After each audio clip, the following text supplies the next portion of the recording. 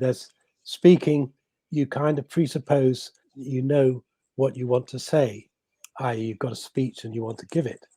But in fact, there'll be many times and many situations where you're going to be surprised. Someone's going to ask you a question, or you're going to be suddenly asked, would you like to contribute?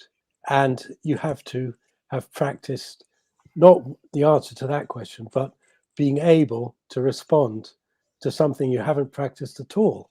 And going to something like the Speaker Club gives you the opportunity both to practice that and to find out what you find most difficult, is you get more practiced at the unexpected. Can I add something? Yeah, just of course. to that, to what's been said as well? And it's something that occurred to me when I was thinking about what we were talking about today. Was when you build a product, you make one and you hope to sell thousands of them.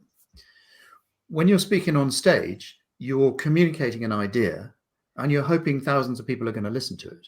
And that's how you amplify your message. And if you're rubbish about it when you're talking, then you're obviously not going to sell. So,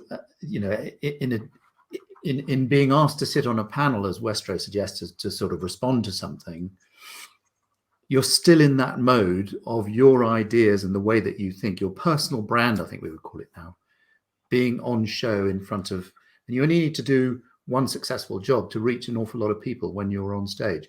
And that's an important dynamic because it really amplifies you and what you offer, in the same way that an advertisement on television would advertise your product.